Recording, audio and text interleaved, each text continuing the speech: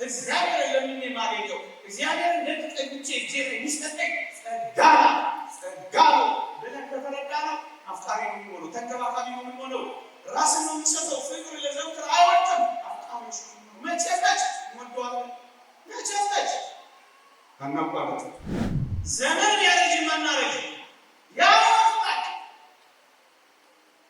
አለበለዚያስ አውታውን አረጋግጠው ነገራችሁ ሚስቴ የሚሞት የምትፈጽም ብቻ ነው።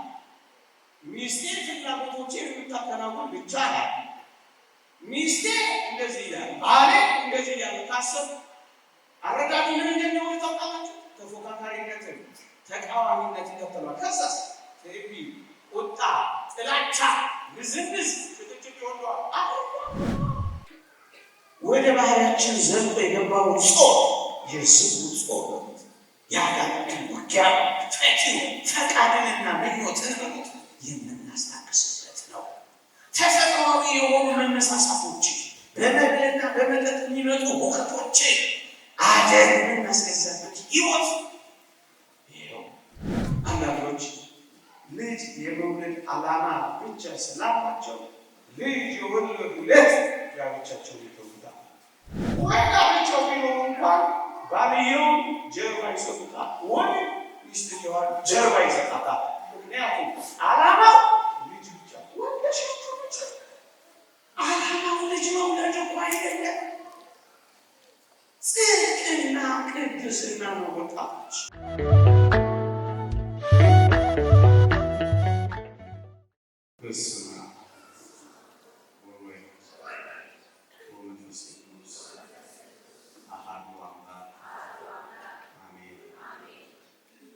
አባታችን መላከ ፀሐይ ቆሞስ አባ ኪዳነ ማርያም የገዳማችን አስተዳዳሪ፣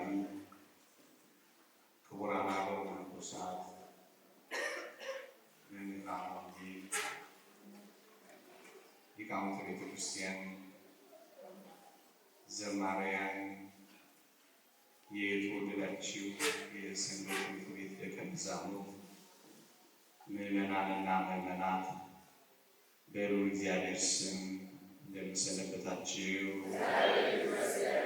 ለቀደምት አበው ነቢያት፣ ለቅዱሳን ሐዋርያት፣ ለሐዋርያውያን አበው ሊቃውንት የገለጸውን ጥበብና ምስጢር ለሁላችን ይግለጽልን። ከዚህች ዕለት ከጻድቁ አባታችን ከተክለ ሃይማኖት ከተወደደች ከእመቤታችን ከቅድስት ድንግል ማርያም ከሌሎቹ ቅዱሳን አባቶቻችን እናቶቻችን በረከት ረድኤት ለሁላችን ያሳትፈን። ሰምተን እንድንጠቀም እግዚአብሔር ይርዳን። አሜን። እንደ እግዚአብሔር ቅዱስ ፈቃድ ኦርቶዶክሳዊ ቤተሰብ በሚል ርዕስ እንማራለን። ቤተሰብ የማህበረሰብ መሰረት ነው። ቤተሰብ የሀገር መሰረት ነው። ቤተሰብ የቤተ ክርስቲያን መሰረት ነው። ንጹህ መሪ የሚፈልግ ሰው ንጹህ ምንጭ፣ ንጹህ ቤተሰብ ያስፈልገዋል። ንጹህ ጳጳስ የሚፈልግ ሰው ንጹህ ቤተሰብ፣ ለዚህ የሚያበቃ ንጹህ ምንጭ ያስፈልገዋል። ደግ ቤተሰብ ሲበዛ ደግ ትውልድ ይበረክታል። ቤተሰብ የሁሉ ነገር መሰረት ነው። ነገ የሚስተካከለው በዋናነት ቤተሰብን መሰረት የሰራ እንደሆነ ነው። ክህነት ይባረካል በቤተሰብ። ደግ ትሩፋት የሚሰራ ተጋዳይ ያፈራል። ደግ ቤተሰብ ይመሰረታል። ትውልድ ይባረካል። ትደገሳለች። የሁሉ ነገር መሰረት ቤተሰብ ነው። ለዚህ ነው እንደዚህ በርከት ያሉ ወጣቶች ሳይ ይህንን ርዕስ መርጣለሁ። ነገን የምትናፍቁ ከሆነ ነገ የሚሰራው ዛሬ ባለችው ቤተሰብ ውስጥ ስለሆነ ሀገር እንዳይፈርስ ከፈለጋችሁ ጥሩ ልጆች፣ ጥሩ ትዳር፣ ጥሩ ቤተሰብ የሀገር ማጽኛ ምሰሶ ነው። አንድ ማሳያ ልስጣችሁ። አንድ መጽሐፍ ስመለከት ሮም እንዴት እንደወደቀች ይተርካል። የጥንቷ ሮም ማለት ነው፣ ታላቂቱ ሮም እና ሮም እንዴት እንደወደቀች ሲተርክ ምን ይላል መሰላችሁ? አንደኛ በዚያ ዘመን በማህበረሰቡ ዘንድ ያለውን የሃይማኖት ፋይዳ አላልተውት ነበር ይላል። ሃይማኖት ችላ ተብሎ ሃይማኖት ለሕዝቡ የሚሰጠው ፋይዳ ተንቆ ሃይማኖት ገለል ተደርጎ ነበር። አንደኛ። ሁለተኛ ታላቂቱ ሮም ከመፍረሷ በፊት የብዙዎች ቤተሰብ እየፈረሰ ነበር። ቤተሰቦች በብዛት ፈርሰው ነበር ይላል። ሶስተኛ በመዝናኛ ስም፣ በእረፍት ስም ልቅ የሆኑ ስፖርታዊ ጨዋታዎች አስመስለው ደስ የማያሰኙ መዝናኛዎች በርክተው ነበር ይላል። ሶስተኛ። አራተኛ እዚህም እዚያም የጦር መሳሪያ ታጥቀው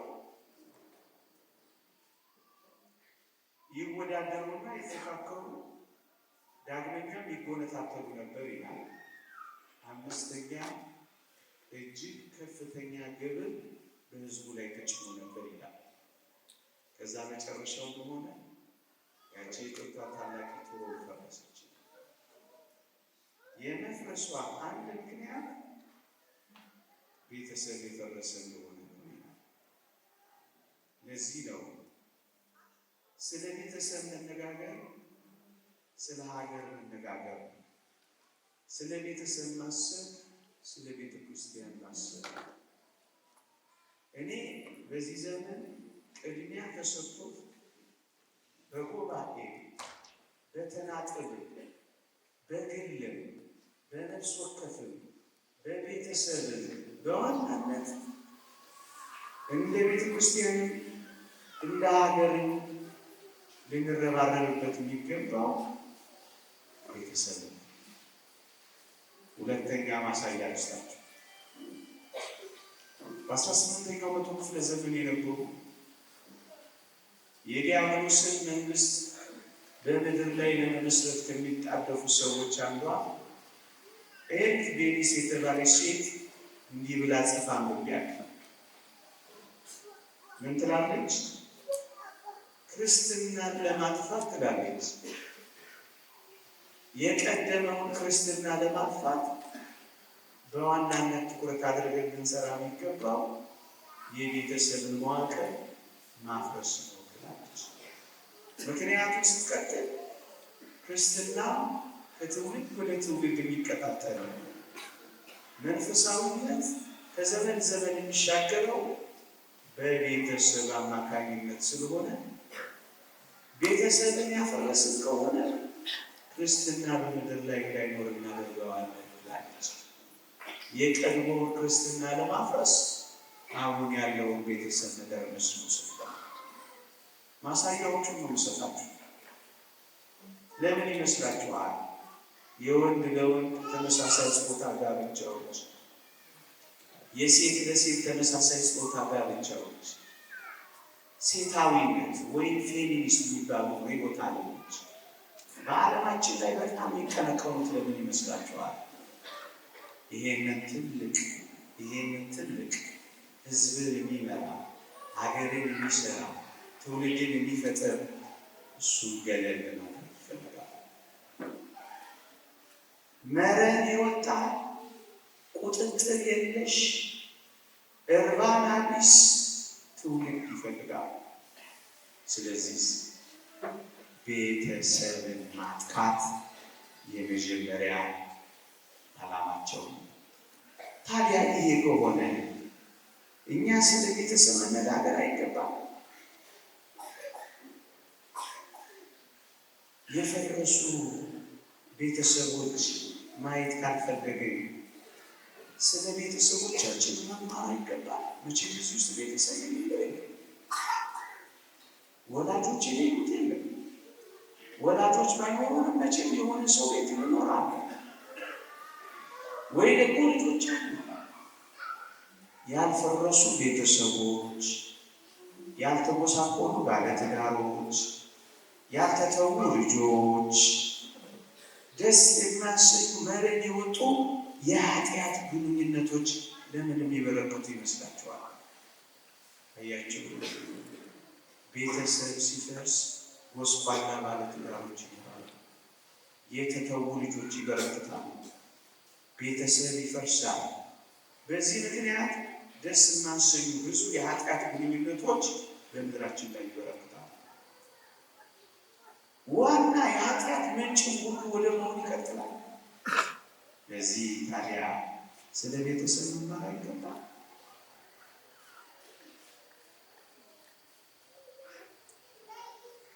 እንደ መግቢያ ከዚህ ቀጥሎ ያለው ላክ በብሉይ ኪዳን በታላቂቱ ሮማውያን በአይሁድ ቀኝ ገዢዎች በሮማውያን በሐዲስ ኪዳን ቤተሰብ ምስረታ ደግሞ ጋብቻ ምን ይመስል እንደነበረ መጀመሪያ ጥቂት ላሳያችሁ። ድምፄ ይሰማችኋል? መጀመሪያ በብሉይ ኪዳን ላሳያችሁ።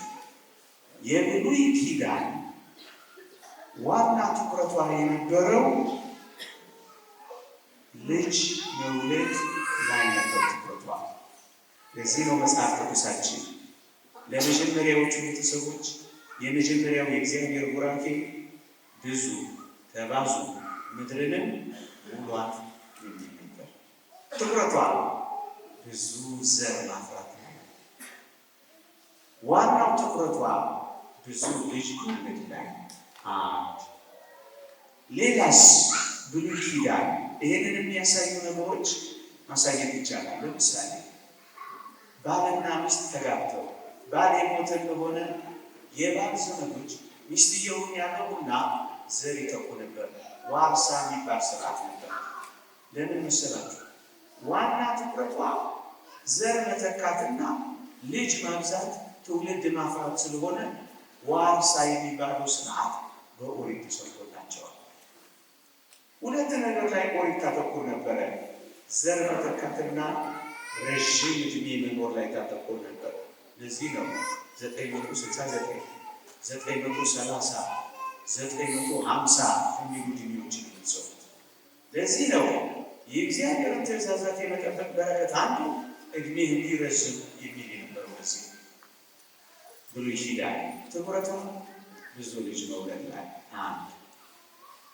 በሮማውያን ዘንድ ደግሞ የነበረች የቤተሰብ ምስረታ ዋና ትኩረቷና ዓላማ ምንድን ነው ካላችሁም፣ በታላቂቱ ሮም በጥንቱ ገዥዎች አብሮ የመኖር ውል ወይም ቃል ኪዳን ብቻ ነበረ። ምን ማለት ነው ይሄ? ከተስማሙ የሚኖሩበት፣ ካልተስማሙ ደግሞ የሚቷቷሩበት ጊዜያዊ ቃል ኪዳን ነበረ። ምን ማለት ነው? በዚህ ዘመን ቋንቋ ከተመቻቹ ይቀጥላሉ፣ ካልተመቻቹስ አብሮ የመኖር ውልና ቃል ኪዳን ብቻ ነበረ በሮማውያን ዘንድ። ሌላ እምነት ነበር በሮማውያን ዘንድ። ሁለቱ ብዙ ትኩረታችን ስላልሆኑ አጠር አጠር ማድረጋቸው። በሮማውያን ዘንድ የቤተሰብ ምስረታ ወይም ጋብቻ አንዱ ዓላማ ምን ነበረ? አንዱ ጉዳይ ምን ነበረ? ባል ጌታ የሆነና ሚስትና ልጆች ደግሞ ባሮች ነበሩ በሮማውያን ዘንድ። ባል ጌታ፣ ሚስትና ልጆች ባሪያ ፍጽምት በሆነችው በጌታችን በመድኃኒታችን በኢየሱስ ክርስቶስ በተመሰረተችው በአዲስ ኪዳን እስካላችሁኝ የተወደዳችሁ ኦርቶዶክሳውያን እንደ ብሉይ ኪዳን ብዙ ልጅ መውለድ ላይ አይደለም ትኩረት ነው። እና ምንድን ነው ትኩረት አካላችሁ? ብዙ ስነ ምግባራት መውለድ ነው ይላል ሊቃውንት። ብዙ ጽድቅ፣ ብዙ ቅድስና፣ ብዙ ስነ ምግባር፣ ብዙ ፍቅር መውለድ ላይ ነው ትኩረቷ። አንድ ይሄ ማለት መንፈሳዊ ስነ ምግባራትን መውለድ ላይ ነው የምታተኮረው። ምን ማለት ነው? በዋናነት በአዲስ ኪዳን የምትመሰረተው ቤተሰብና ጋብቻ ዋና ትኩረቷ የቅድስናና የፍቅር ምስጢር አድርጎ ነው ጌታችን ይሰጥ። ሲስማሙ የሚኖሩበት ሳይስማሙ የሚተዉበት እንደ ብሉይ ኪዳን እና እንደ ሮማውያን ውልና ቃል ኪዳን ብቻ አይደለም። እናስ ለዘላለም ተገምደው የማይበጠስበት ኪዳን የሚገቡበት ነው። ሌላስ ጊዜያዊ ሳይሆን ዘላለማዊ ቃል ኪዳን ሆነው የሚኖሩበት ነው። ሌላስ በጣም የሚደንቃችሁ የአዲስ ኪዳን ፍጹም የሆነውን የዚህን የቤተሰብ ምስጢርና ነገራችሁ በእውነት አረቦ ወይም መያዣ አድርጎ የሰጠን ለየትኛው? ለመንግስተ ሰማያት። ደግሞ ቤተሰብ ደግሞ ጋብቻ ከቤተሰብ ከመንግስተ ሰማያት ጋር ምን ያገናኘዋል ካላችሁ ጌታችን በዕለተ ምጽአት ሲመጣ ሁላችንንም አንድ አድርጎ ሁላችንንም ጠቅልሎ ሪካፕቸርድ አድርጎ አንድ አድርጎ ለሚኖርባት የመንግስተ ሰማያት ሕይወት ምሳሌ አንድ ሆነን የምንኖርባት የቤተሰብ ሕይወት መያዣ ናት፣ ማሳያ ናት። ኋላ አንድ ሆነን ለምንኖረው ኑሮ መለማመጃ የመንግስተ ሰማያት እፍታዋን መቅመሻ የፍቅርና የቅድስና የደስታ ኑሮ ማጣጣሚያ መያዣ ተሰጣ። ለእግዚአብሔር መንግስት ማሳያና መገለጫ አደረጋት ነው ብላችሁ ለምን አንድ ሆነው ይኖሩባታል። ተጋቢዎቹ አንድ ይሆኑባታል። ቤተሰብ አንድ ይሆንባታል። ስለዚህ የእግዚአብሔር መንግስት መገለጫ አድርጓታል። አረጎን መያዣ ቅምሻ ያልኳት መንኩስና እስከዚህ ጋር ይገናኛል። በአዲስ ኪዳን ለምን ይመስላችኋል መንኩስና በሰፊው የተስፋፋው? ምናኔ በሰፊው የተስፋፋው ለምን ይመስላችኋል? የብቸኝነት ሕይወት በሰፊው የተስፋፋው ለምን ይመስላችኋል? በመንግስተ ሰማያት ሳናገባ ያለ ጋብቻ ለምንኖረው አዲስ ሕይወት ይሄ ደግሞ መለማመጃ ነው። ዕለተ ምጽአት የቀረበ ስለሆነ አዲስ ኪዳን ሲመጣ ለዕለተ ምጽአት ሕይወት መቃረቢያ መለማመጃ ምትሆን ብቻ የመኖር ሕይወት የምንኩስና ሕይወት የእግዚአብሔር መንግስት ደግሞ መገለጫ ሆነች።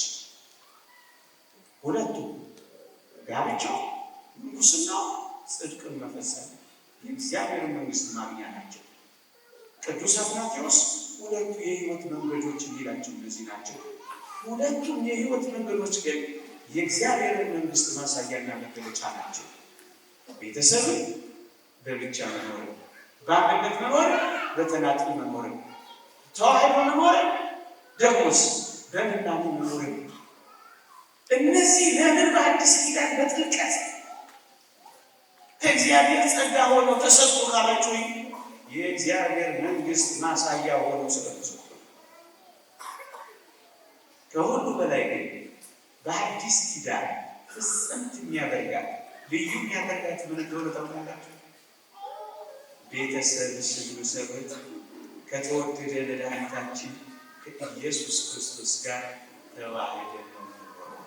እደግመዋለሁ፣ ተጋቢዎቹ ወይም ሙሽሮቹ ወይም ሁለቱ ብቻ አይደለም፣ የተወደደ መድኃኒታችን ኢየሱስ ክርስቶስ አብሯቸው በመኖር አዲስ ሕይወትን ይመሰርታል።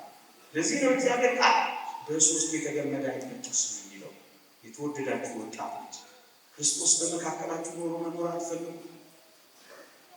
ሁል ጊዜ ዝማሬ፣ ሁል ጊዜ የጭምትነት ሕይወት፣ ሁል ጊዜ እግዚአብሔርን ትእዛዛት በመፈጸም እግዚአብሔርን ደስ የምታሰኝበት ሕይወት አትናፉ?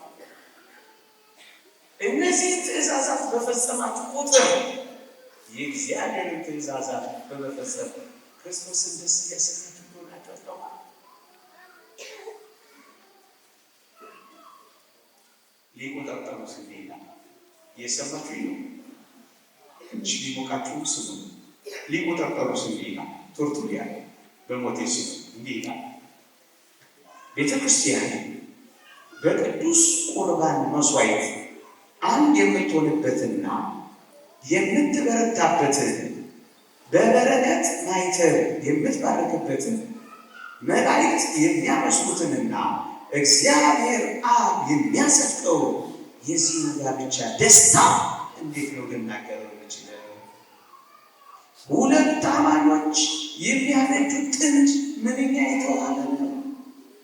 እነዚህ ጥንዶች የሚጋሩት አንድ እምነት፣ አንድ ቃል ኪዳንን፣ አንድ የሕይወት መንገድንና አንድ እግዚአብሔርን አገልግሎት ነው። ሁለቱም የአንድ አባት ልጆች ናቸው። ሁለቱም ደግሞ አገልጋዮች ናቸው። የመንፈስ ክፍፍል ወይም ሥጋ የለም። እነርሱ በእውነት በአንድ ሥጋ ውስጥ ያሉ ሁለት ሰዎች ናቸው። እነርሱ አብረው ይጸልያሉ። እነርሱ አብረው ይሰራሉ። እነርሱ አብረው ይጾማሉ። አንዳቸው ለአንዳቸው አንዳቸው የሚሸሽጉት ነገር የላቸው። እርስ በርሳቸው አይደባበቁም። አንዳቸው ለአንዳቸው ሸክም አይሆኑም። አንዳቸው ለአንዳቸው ወደብ እንጂ ወጀብ አይሆኑም። እነርሱ በነፃነት የታመሙትንና የተቸገሩትን ይጠይቃሉ። ያለምንም ጭንቀት መባ ያቀርባሉ። መስዋዕታቸውንም ያለምንም ጥርጥር ይሰዋሉ። የየዕለቱን ሥራዎቻቸውን ያለምንም ተግዳሮት ያከናውናሉ። ኢየሱስ ክርስቶስ እነዚህን ሥራዎች ሲመለከትና ሲያደምጥ ሐሴት ስለሚያደርግ ለእነዚህ የትዳር አጋሮች ሰላምን ይልክላቸዋል። እነዚህ ሁለቱ ባሉበት ቦታ ላይ ሁሉ ክርስቶስ አለ። ክርስቶስ ባለበት ቦታ ላይ ደግሞ ለክፉ ለዲያብሎስ ቦታ የለውም ይላል አዲስ ኪዳን። ይህችን ቤተሰብ ለመስረት አትፈልጉ? ክርስቶስ ተዋህዶባት የሚኖረውን ከተማ ማየት አትፈልጉ? ትንሿ የእግዚአብሔር መንግሥት መገለጫ ያቋጠች ነው። ይህን እንደ መግቢያ ያዙና ታዲያ ዓላማው ምንድን ነው? በአዲስ ኪዳን የቤተሰብ ምስረታ የምንጋራበት ዓላማችን ምንድን ነው? ይህን አስከትዬ ያቀርባል። እኔ አይደለም የማቀርበው፣ በረከቱ ትገርብንና ሊቁ ቅዱስ ዮሐንስ አፈወርቅ እንዲህ አለ። ስሙት። ጋብቻ የተመሰረተው ለሴሰኝነት ወይም ለዝሙት ሳይሆን በንጽህና ለመኖር ነው። ቅዱስ ጳውሎስ የተናገረውን አድምጡ። ነገር ግን ስለ ዝሙት ጠንቅ ይላል። ጋብቻ የተመሰረተባቸው ሁለት ዓላማዎች አሉ። እነርሱ ንጽህና ለመጠበቅና ዘር ለመተካት ናቸው። ከእነዚህ ከሁለቱ ግን ንጽህናን መጠበቅ ቀዳሚውን ስፍራ ይወስዳል። ዓላማው ምንድን ነው? ንጽህናን መጠበቅ። ዓላማው ምንድን ነው? በቅድስና መኖር። ዓላማው ምንድን ነው? ከእግዚአብሔር ጋር ተዋህዶ ለመኖር መወሰን። ሁለት ዓላማዎች አሉት። ቀዳሚውን ስፍራ የሚወስደው ንጽህናን መጠበቅ ነው። ለምን? ቅዱስ ጳውሎስን ያለውን አብነት አድርጋ ምን ቢለው? ስለ ዝሙት ጠንቅ ለእያንዳንዱ ለራሱ ሚስት ትሆን። ስለ ዝሙት ጠንቅ ለእያንዳንዲቱ ለራሷ ንጽህና ለመጠበቅ የተሰጠው። ለምንድን ነው የምናገባው? እድሜያችን ስላለፈ አይደለም። እናስ ንጽህና ለምንድን ነው የምናገባው? ብቻችንን ስለሆነ አይደለም። እናስ ለምንድን ነው የምናገባው? ወላጆቻችን አይደለም። እናስ ለምንድን ነው የምናገባው? ከጓደኞቻችን ትችት ለመራቅ አይደለም። እናስ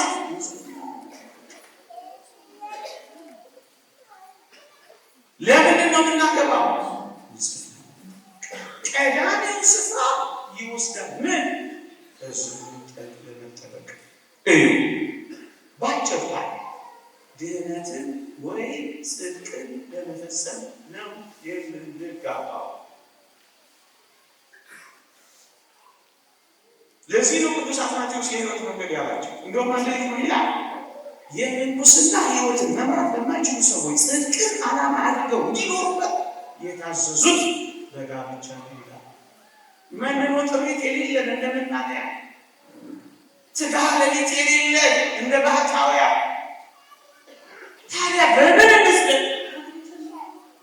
ንጽህናችንን ጠብቀና ቅድስናችንን ይዘና የምንኩስናን ሕይወት መምራት ለማይችሉ ሰዎች ጽድቅን ዓላማ አድርገው ቢኖሩበት የተሰጠ ሕይወት። ወጣቶች ዓላማችን ንጽህናችንን መጠበቅ። ወደ ባህሪያችን ዘልቆ የገባውን ጾር የስቡ ጾር ያጋጠመን ውጊያ ፈቃድንና ምኞትን በሞት የምናስታግስበት ነው። ተፈጥሯዊ የሆኑ መነሳሳቶች፣ በመብልና በመጠጥ የሚመጡ ሁከቶች አደን የምናስገዛበት ሕይወት ይኸው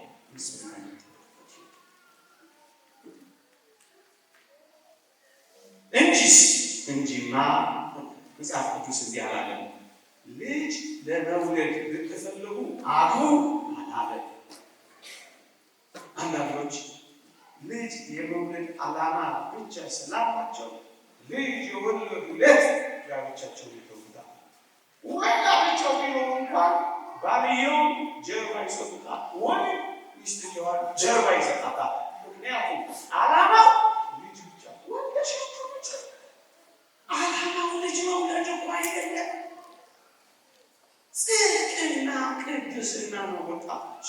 ለዚህ ነው ልጅ ስለመውለድ ለራሱ ሚስት ኑረው፣ ልጅ ስለመውለድ ለራሷ ባል ይኑራል ተብሎ አልተጻፈም። ስለዝሙት ጠንቀቅ፣ በሴጣን ተወግተን እንዳንሞት፣ ከጽድቅ እንዳናራቆት፣ ከመንግሥተ ሰማያት ውጪ እንዳንወጣ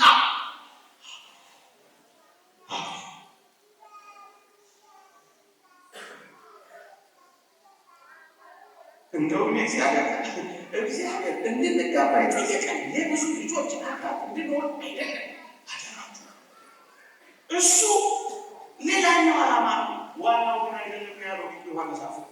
የብዙ ልጆች አባት ነው ከፈለጋችሁ አብሮ ያለ እንዳይመስል እና ምን ይለው ሰይጣን እንዳይፈትናችሁ፣ አንደኛ ቆሮንቶስ ምዕራፍ 7 ሰይጣን እንዳይፈትናችሁ ነው ይለው። አያችሁ በላ ጠጣ። ስለዚህ እሳት ተጠቅበት። ስለዚህ ይሄን እንዴት ማስታስታል? ሀዲያ የሰው ያጓጉ የሚለው ባል የሚሸመት መሰለው እንዲጋቡ ኋላ መጣበታለሁ ድል ካለ ሰማች ሚስት ፖቲክ የምትገኝ መሰለው ገበሬ ይላል ኋላ መጣበታለሁ። ሰይጣን እንዳይፈትናችሁ እንጂስ የብዙ ልጆች አባት መሆን ከፈለጋችሁ አግቡ አለ። ብዙ ልጅ መውለድ ከፈለጋችሁ አግቡ ያለ እንዳይመስላል። እና ምንድን ነው የሚለው? ራሳቸውን ማግዛት ካልቻሉ የሚለው የእግዚአብሔር ቃል። ራሳቸውን መግዛት ባይችሉ ያሉ ይላል። አንደኛ ቆሮንቶስ ምዕራፍ 7 ካልቻለ አያቸው ራስን አለመግዛት ከጽድቅ ስለሚያወጣ፣ በሴጣን መፈተን ከቅድስና ስለሚያራቁ ምንድን ነው ጽድቅንና ድህነትን እሱ እናደርገው። ለዚህ ነው አንድ የውጭ ሊቅ the goal of marriage is not happiness, it is holiness. ደስታ አይደለም ዋናው፣ ደስታ ኋላ የሚመጣ የሚጨመር ጸጋ ነው። በዋናነት ውስጥ ሆሊነስ ነው። ምንድን ነው? ቅድስና፣ መቀደስ ነው። ሲኖት ሃፒነስ በዛ ውስጥ ያለ ደስታ ዋናው ዓላማ፣ ግቡ ግን ቅድስና ነው፣ ሆሊነስ ነው። ዓላማው ነው። ይኸውላችሁ ለምን የማውራት አስፈለገ መሰላችሁ? ብዙዎች ትክክለኛው ዓላማ ስለማያውቁት ቶሎ ያፈርሱታል፣ ቶሎ ችላ ይሉታል፣ ቶሎ ይተውታል፣ ይንቁታል፣ ያቃጥሉታል። የሚፈልጉን ካገኙ በኋላ ችላ ይሉታል። ለዚህ ነው አንድ ወጣት በተገቢ ሁኔታ ዓላማውን አውቆ መጀመር አለበት። ይህንን የበለጠ የሚያፍታታለን በረከቱ ትደረግልና አሁንም የሊቁ የቅዱስ ዮሐንስ አፈወርቅ ማብራሪያ ናት። እዚህ ላይ ጨመርባት እንዴት ሞት ትሆናለች መሰላችሁ? በሞት የሱ ከኔ ጋር ናት ያለች እንዲህ ዓላማ የማይሆኑ ነገሮችን ሲያፈስ ነው ይሄን የሚለው። ከዚያኛው ዓላማ አንጻር በአንጻር ይሄንንም ወጣቶች እንዲፈትሹ አስደግፌ ለማቅረብ ነው። ምን ይላል? ገንዘብን አትሹ፣ የወላጆችንን ባለጠግነት አትመልከቱ፣ የትውልድ ቀዬውንም ባለጠግነት አትፈልጉ። እነዚህ ሁሉ ነገሮች ዋና አይደሉምና ይላል። ልድገመው፣ ገንዘብን አትሹ፣ የወላጆችንን ባለጠግነት አትመልከቱ፣ የትውልድ ቀዬውንም አትፈልጉ። ምንድን ነው አትፈልጉ። እነዚህ ሁሉ ነገሮች ዋና አይደሉምና። ገንዘብ ያስፈልጋል አያስፈልግም? ያስፈልጋል አያስፈልግም? ነገሮች ዋና ነው አይደለም። ለዚህ ነው ዋና ግን አይደለም፣ ዋና አይደለም። ለዚህ ነው ገንዘብን አትሹ፣ የወላጆችን ባለጠግነት አትመልከቱ፣ ቀዬውንም ስታስሱ አትኑሩ የሚለው እኮ ለዚህ ነው ወገኖች። ለምንድን ነው እነዚህ ዓላማ ማይነት ወጣቶች? ገንዘብ ይመጣል ይሄዳል፣ እውነት አሰብ፣ ይተረፋል ይከሰራል፣ እውነት አሰብ፣ ይገባል ይወጣል፣ እውነት አሰብ፣ ይሞላል ይጎላል፣ እውነት አሰብ። ሲሞላ አብርሃም ሆነ፣ ሲጎል ጠላት የምትሄደው ገንዘብን ብቻ የፈለኩ እንደሆነ